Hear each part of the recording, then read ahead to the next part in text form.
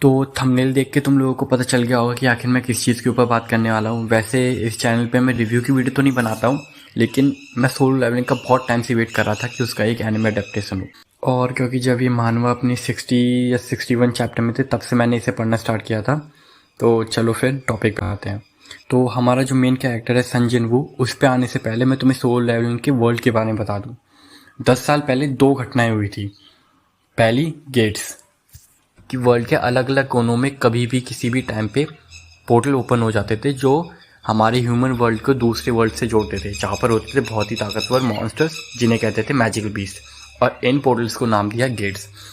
दूसरी घटना थी हंटर्स। हंटर्स असल में इंसान थे जिन्हें सुपर नेचुरल पावर्स मिली थी। अब इन हंटर्स का काम ये था कि गेट के अंदर जाकर 1 हफ्ते के अंदर अंदर मॉन्स्टर्स को हरा दे।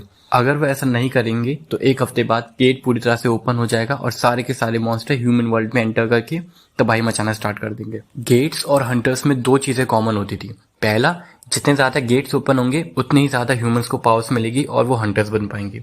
और दूसरी थी उनकी रैंक। हंटर्स और गेट्स दोनों को ही उनके मैजिकल पावर के बेसिस पर रैंक मिली थी, जो थी E, D, C, B, A और S, जहां पर E सबसे कम और S सबसे बड़ी रैंक होती थी। E रैंक का गेट एक दरवाजे जितना होता था और जबकि S रैंक गेट इतना बड़ा होता था कि वो पूरे आकाश को ढक ले। वहीं पर हंटर्स के लिए भी यही बात होती थी।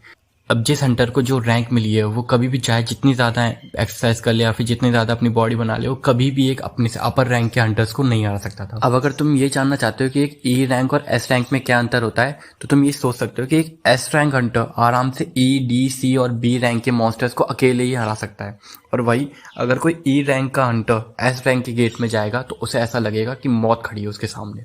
अब आते हैं अपने मेन कैरेक्टर पर, सन जिनवू पर। अब मैंने तुम्हें बताया था कि ई रैंक सबसे कमजोर रैंक होती है, लेकिन अपना सन जिनवू ई रैंक का भी सबसे कमजोर है। मतलब तुम समझ सकते हो, कमजोर से भी कमजोर, वो इतना बेकार है। ई रैंक के मॉन्स्टर जो सबसे कमजोर मॉन्स्टर होते हैं उनसे लड़ने में भी उसके मरने जैसी हालत हो जाती है। और ये सब उसके संग एक बार नहीं हुआ, जब से उसने हंटर बनना स्टार्ट किया है तब से उसके संग ये रोज होता है जब भी वो गेट के अंदर एंटर करता है।